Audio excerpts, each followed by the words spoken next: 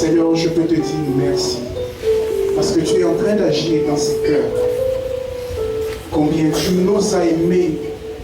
Et c'est un amour sans hypocrisie. Un amour réel. Le Dieu véritable. Tu as laissé ton trône de gloire. Tu es descendu sur la terre impie. Tu as porté un corps de péché. Un corps comme le mien. Tu es descendu très très bas pour que moi je sois élevé.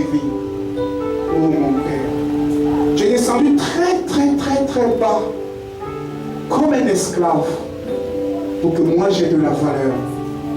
Oh Seigneur. Pourquoi ne sois-je pas reconnaissant envers mon Dieu? Pourquoi ne pas être reconnaissant envers ce grand Dieu?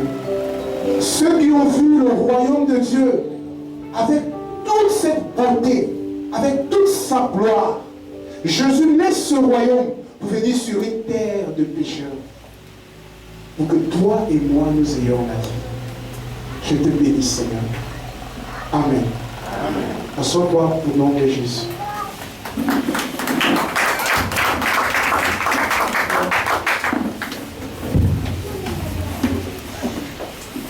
Ce soir, nous sommes dans la continuité de la vision.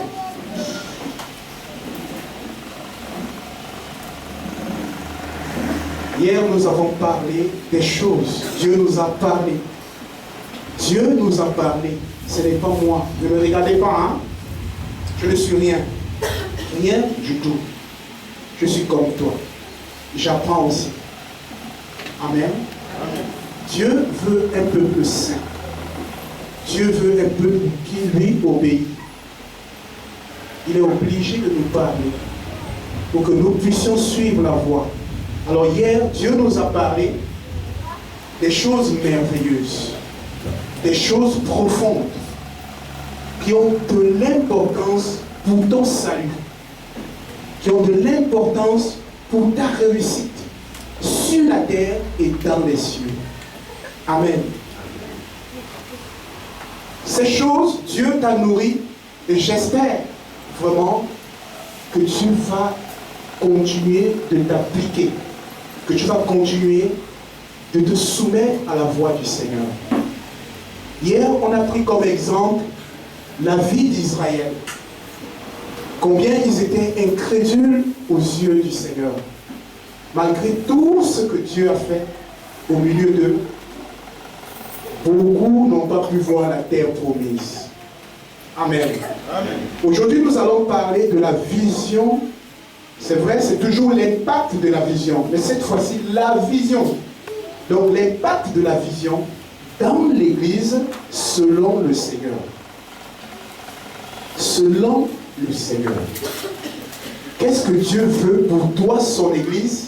Qu'est-ce que Dieu veut pour toi, son peuple qui le sert? Amen. Est-ce qu'on peut donner un bisou à notre Dieu? À notre Dieu? Je vous adresse aussi un bisou de la part du Seigneur. Lorsque le Seigneur pleure, pour ceux qui ont eu l'occasion de voir Jésus pleurer, c'est touchant. Un jour, le Seigneur me parle. Il me parlait au sujet de l'Église. Il me dit, je cherche quelqu'un qui peut faire la volonté de Jésus. Quelqu'un, je vais dire les mots comme j'ai entendu. Dieu cherche quelqu'un qui peut faire les œuvres de Jésus. À l'instant, j'entends une voix qui me dit, le Seigneur pleure. Pourquoi le Seigneur pleure? Parce qu'il ne trouve personne. Il ne trouve personne. Toi et moi, sommeil. Toi et moi, manger. Toi et moi, occupé. On va parler un français simple. Amen. Amen. On va parler un français très très simple. Amen. Amen. Et Jésus est en train de chercher une église glorieuse et puissante. Jésus est en train de chercher des personnes déterminées. Déterminées. Hier, nous avons parlé qu'il y a des personnes qui viennent à Jésus par enthousiasme. Tu as vu ton frère aller à l'église, sinon on va dire que je suis païen. Si je ne pars pas à l'église, mes parents vont dire que c'est moi le sorcier. Les enfants vont dire à papa, ah, moi si je ne vais pas à l'église, papa va me taper. Ça c'est par enthousiasme. Comme mon ami est chrétien, moi aussi je suis chrétien. Dans le livre de Matthieu 28, Jésus a dit aux apôtres, allez partout dans le monde, faites de toutes les nations des Moi quand je travaille avec toi. On est ensemble, on est des collègues. Hein? On l'a dit hier, nous sommes des compagnons. Si nous adorons le même Dieu, si tu n'adores pas le même Dieu que moi, tu n'es pas mon compagnon. Et Jésus est en train de te former pour être un disciple du Seigneur. Dans disciple, il y a discipline. Vous voyez? Si on parle de la discipline, c'est ceux qui sont dans les corps qui peuvent savoir ce que c'est la discipline. Dans la discipline, tu n'as pas droit à l'erreur. Une petite erreur, tu ramasses une balle perdue. Amen. Waouh. Il dit faites de toutes les nations des disciples. Il n'a pas dit faites de toutes les nations des chrétiens. On commence, ça commence à venir. Il ne dit pas faites de toutes les nations des croyants. Quand tu rencontres quelqu'un, il dit moi je crois en Dieu. Hein.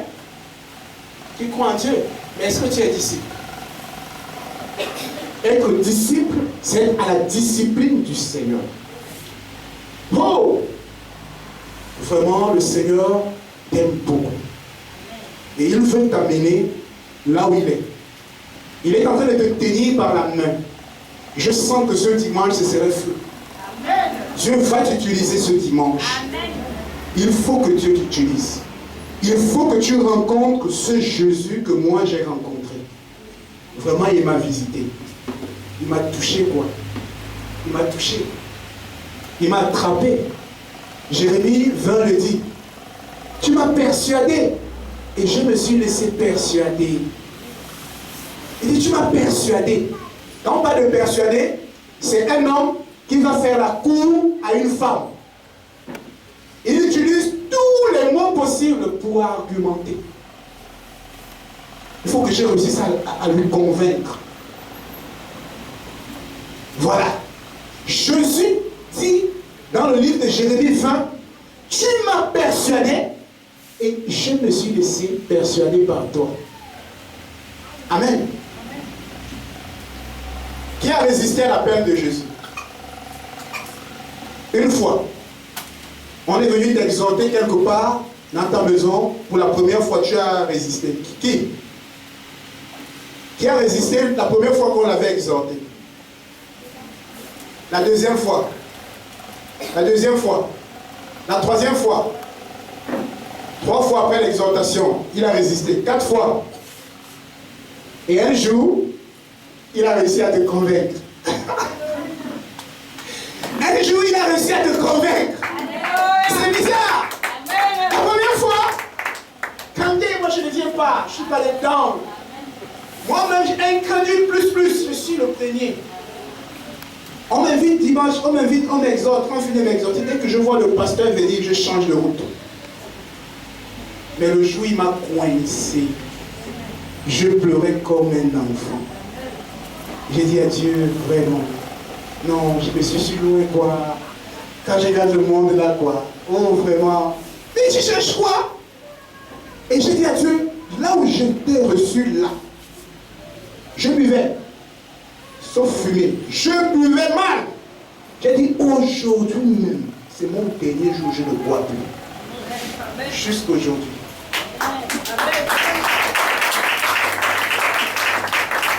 Il m'a vaincu, quoi. Et jusqu'à ma mort, je ne pourrai pas l'abandonner. Amen. Amen. Nous sommes dans la vision. Là où Jésus est en train de nous amener. Là où Jésus est en train de t'amener.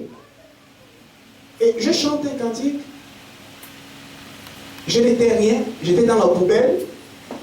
Et tu m'as donné la valeur. Waouh. Jésus t'a donné la valeur. Quand on regarde un fumeur, il fait pitié. Il fait vraiment pitié. Quand on regarde un ivrogne, c'est terrible. Allez-y un peu au centre-ville à partir de 6 heures. Demain à partir de 6 heures. Dieu me fait souvent grâce. J'arrive à certains endroits le matin. Oh, ça me fait mal au cœur. Regardez. Certains marchent avec les pieds, les mains. D'autres marchent avec la tête. D'autres sont tordus, on ne sait même pas. Le 31, quelqu'un disait, il insultait le président. Il est bourré. Il dit qu'il est bourré à cause du président. Vous voyez un peu? Et il est content. Pour lui, il vit. Il dit, c'est la vie. Bon, maintenant, toi qui as reçu Jésus, comment tu vois ça? Waouh. Amen. Amen. Jésus m'a persuadé et je me suis laissé persuader par lui. Et je le crois pour toi qui est là ce soir. Amen. Amen. On va lire un passage dans le livre de Luc. Luc chapitre 14. À partir du verset 25.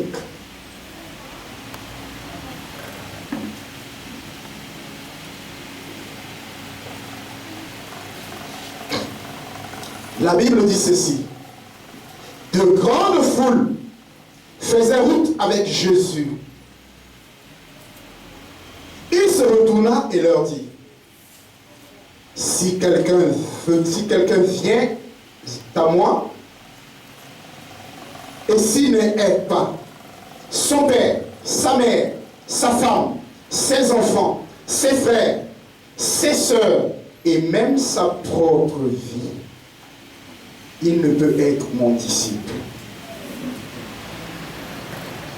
Et quiconque ne porte pas sa croix et ne me suit pas, ne peut être mon disciple.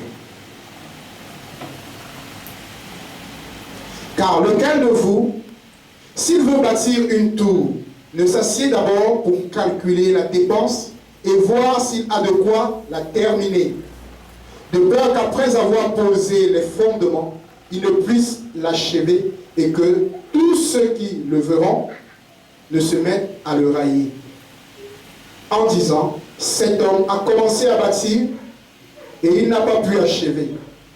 Ou quel roi, s'il va faire la guerre à un autre roi, ne s'assied d'abord pour examiner s'il peut, avec 10 000 hommes, marcher à la rencontre de celui-ci qui vient l'attaquer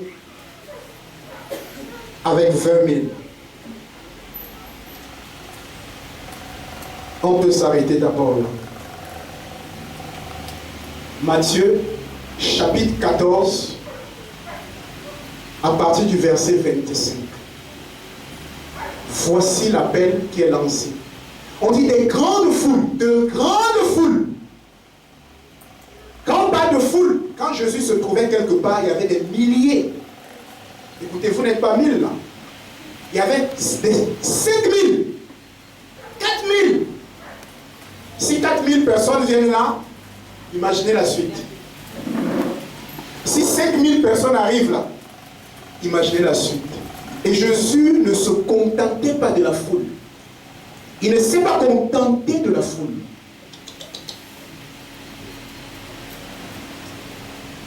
Il dit, si quelqu'un veut venir après moi,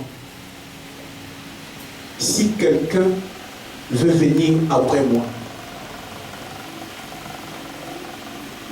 il doit me préférer à qui? Je l'espère pour toi. Hein? J'ai rencontré un bien-aimé avec qui on priait. On a prié un bon bout de temps ensemble. C'était une petite cellule de prière. Comme c'était mon voisin, on persévérait. Donc quand j'avais le temps, je les retrouvais, on priait. Et puis un jour, quelque chose s'est passé. Il a perdu son fils, le Benjamin. Vous savez la suite? Il est reparti en arrière.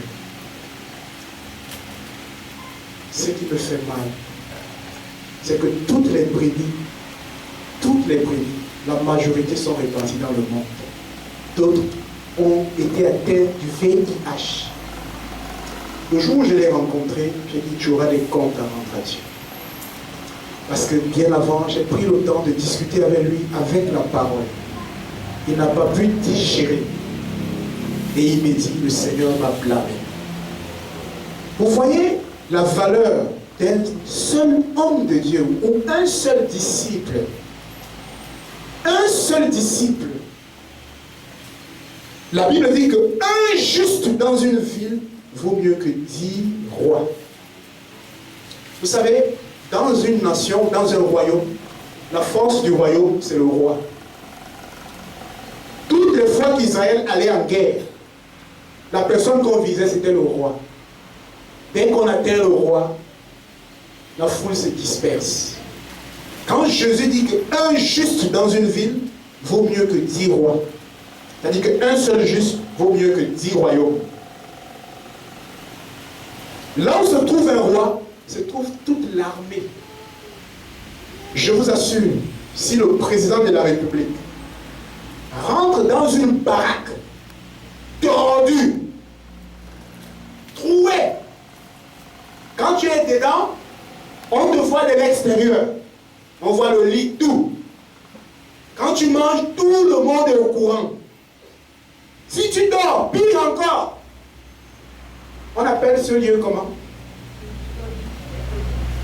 Là où le président habite, on va appeler celui-là comment? La présidence. La présidence! Même si c'est troué, on appelle ce lieu la présidence. Un seul juste dans une vie vaut mieux que 10 rois. Jésus ici veut former des personnes qui rentrent dans la vision. La vision proprement dite. Dis à ton frère qui est à côté de toi, tu es mon collègue.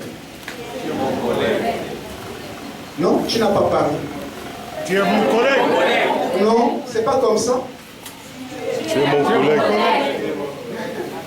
Regardez même comme il parle. Il parle, tu es mon collègue. Il tourne le dos. Écoutez, c'est face à face. La Bible dit de nous dire la vérité face à face, les yeux dans les yeux. Et là, tu es mon collègue. C'est vrai? Est-ce que c'est pas vrai? Est-ce que c'est faux? Est-ce que c'est faux? On n'est pas des collègues. Si tu es ignorant, tu le sauras. Un jour, Dieu va te dire à la maison, prie pour tel. Amen. Et tu vas prier et Dieu va exaucer. Parce que c'est lui qui t'a dit de prier. Pourquoi? Parce que tu es un instrument. Dieu te choisit pour que tu sois un instrument que Dieu va utiliser. Il ne te choisit pas pour que tu sois manipulé. Mais tu vas les manipuler. Oui, parce que hier nous étions manipulés. Aujourd'hui nous manipulons. Donne seulement un ordre à un démon, il faut obéir.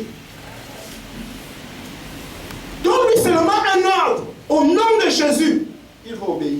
Avant, il n'obéissait pas. Tu sais pourquoi? Parce que tu lui ressemblais. Oui, hier tu lui ressemblais. Aujourd'hui tu ressembles à qui? Aujourd'hui tu ressembles à qui? Jésus. Aujourd'hui tu ressembles à qui? À Jésus. Par sa parole. On ressemble à Jésus, c'est par sa parole. Jésus est saint, je suis saint. Jésus est pur, je suis pur. Jésus est vrai, je suis vrai. Qu'est-ce que Satan peut me reprocher? La Bible dit qu'il vous persécutera si vous êtes zélés pour le bien. Waouh! Toutes ces choses-là, Satan veut que nous les ignorons. Que tu n'aies pas la vision. Que tu sois aveugle. Quelqu'un qui n'a pas la vision, c'est un aveugle. Et la Bible dit, un aveugle ne peut pas conduire. S'ils marchent ensemble, alors, avec les voitures qui passent là, avec les voitures qui passent là, vous savez ce qui va se passer? L'autre va dire, non, serre là-bas. L'autre dit, serre ici. L'autre serre là-bas. Tous deux dans la fosse. Et Jésus l'a dit. Waouh, je suis un visionnaire. cette église a un départ. La prochaine fois quand je vais venir ici, il y aura des grands témoignages. Vous allez me dire, Jésus m'a visité. Il m'a confié une mission. Vous allez me le dire. Jésus m'a visité. Il m'a confié une mission. Écoutez, méfiez-vous des faux bergers. Ils passent leur temps à vous raconter des illusions. Ils vous racontent des illusions, des choses terribles. Rentrez dans votre vision, ce que Jésus vous dit de faire. Vous pensez que c'est elle seule qui va faire avancer cette église? Mais si vous l'abandonnez, vous avez abandonné Jésus. Parce que telle est la volonté de Dieu quand Dieu te choisissait. Former des disciples, former des personnes qui vont aller, et l'œuvre va aller dans des nations. Mais comment l'œuvre peut aller dans des nations si on n'a pas la vision? Comment allons-nous construire notre assemblée si on n'a pas la vision? Comment allons-nous avoir un terrain si on n'a pas la vision? Jésus te tire, Satan te tire. Jésus te tire, le monde te tire. Jésus te tire, oh là là. Jésus est en train de te parler ce soir. À toi, peuple de Dieu. Amen. Amen. Nous étions dans Luc 14, le verset 25 jusqu'à 35. Voilà ce que Jésus a fait. Il t'a pris et il fait de toi un disciple. Il fait de toi une personne qui va le suivre avec tout ton amour. Merci. Avec tout ton amour. Tu dois aimer Jésus le premier. Et c'est le premier commandement. De tout ton cœur, de toute ta force, de toute ta pensée. Vraiment, ce qui me fait mal, c'est qu'on trouve rare des personnes qui peuvent le faire. La plupart des fois qu'on est fâché, c'est pour nous. Si je me fâche, c'est parce que tel m'a lésé. Est-ce qu'il y a quelqu'un qui peut pleurer avec Jésus? On ne trouve pas. Seigneur, est-ce qu'il y a des personnes qui peuvent veiller avec Jésus? C'est rare. Aujourd'hui, là, je vais rester veillé avec Jésus. Seigneur, ton église, ton église, ton église, ton église, donne des moyens. On veut construire notre église. J'en ai marre de louer. Je vous le dis, le Seigneur veut faire des grandes choses avec vous.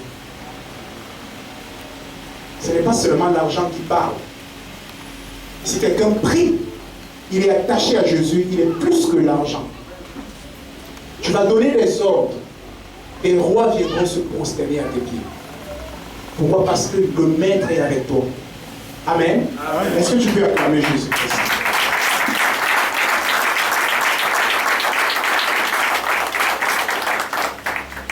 Quand Jésus te choisit, il te choisit pour que tu sois un instrument. Un instrument. Vous avez déjà vu la machette s'utiliser soi-même. C'est bon. Si vous arrivez quelque part et que la machette s'utilise soi-même, fuyez. Hein? Vous arrivez quelque part, vous trouvez le bidon en train de marcher. Vous commencez à parler avec le bidon. Oh bidon, viens ici. Et il vient. Et vous allez rester là. Ne faites pas comme Balaam. Quelqu'un l'a dit tout à l'heure. Regardez, il était tellement aveugle, sans vision, que même l'âne lui parlait, il répondait. L'âne se met à te parler, tu réponds. Moi, je ne reste pas là. Je taille.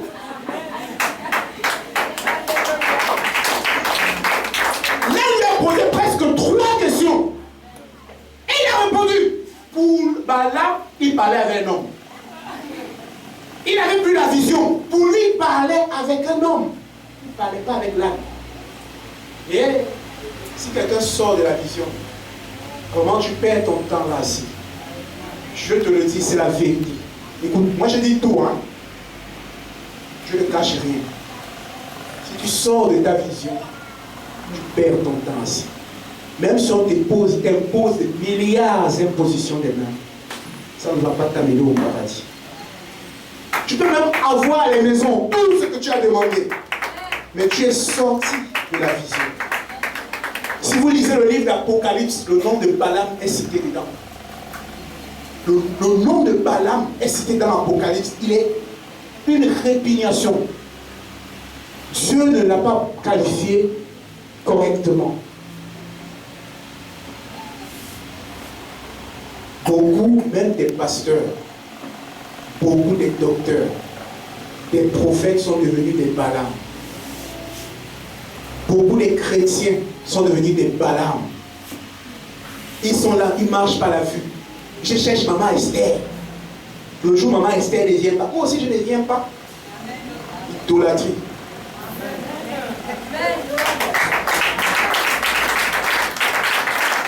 Tu n'es pas venu ici pour maman Esther, tu es venu pour Jésus.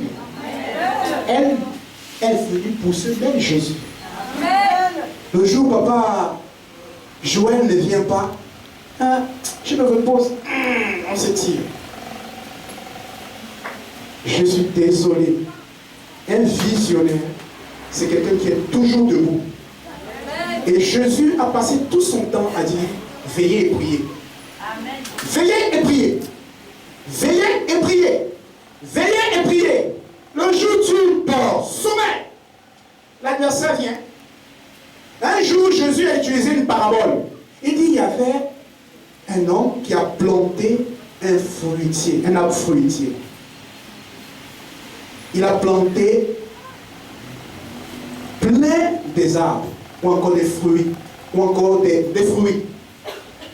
Il a planté, et c'était bon. Ça a commencé à pousser, et c'était bien. Le lendemain, quand il revient, il y a beaucoup de choses qui ont poussé. Des choses qu'il n'a même pas plantées. On dit, c'est la nuit que le méchant est venu planter ces choses. La nuit, le méchant est venu planter la mauvaise herbe. Et c'est ce qui se passe quand on ne veille pas. Quand tu n'es plus dans la vision. Au lieu que la parole de Dieu te parle, c'est la parole de l'autre. Elle te prêche. Ce qui me fait mal, c'est qu'elle te convainc que tu es dans la vérité. Regarde, devant toi, c'est écrit royaume des ténèbres. Tout ce qui passe lisent royaume des ténèbres, et toi tu lis paradis. C'est bizarre. Il ne voit plus. Il est aveugle. Tout le monde voit royaume des ténèbres. Il lit paradis. On dit, mais regarde, roi, il dit, c'est son père. Et il se fâche. Il se fâche, il dit, oh, faut que m'en mette un. Si tu es jaloux. Si vous allez exhorter un chrétien rétrograde, il va vous exhorter. Il va finir toute la Bible. Il est écrit quand tu sors de là, la tête est comme ça. 4 têtes. Pourquoi? Il n'a plus la vision. Si tu restes là, il va te contaminer. Il va t'entraîner là où il se trouve. Si tu t'assois vers lui, écoute, il va citer. Tu as vu ma mère Esther, elle est comme ça. Tu as vu papa Terre, il a la tête comme ça. Ce n'est plus l'évangile. Ce n'est plus la parole de Dieu. Un tel homme, la Bible dit de ne même pas manger avec lui. Amen. Il n'est plus dans la vision. Il est sorti. Il est sorti. Jésus veut te parler ce soir. Et je dis demain, il faut qu'il t'utilise. C'est toi qui vas utiliser, pas moi. Parce que nous sommes une église. Et qui dit église dit la tête, les membres. Les membres. Une église sans les membres, c'est dangereux. Vous allez laisser l'œil parler. Vous allez laisser la main marcher. C'est bizarre. Vous allez laisser le nez entendre. Les oreilles vont respirer.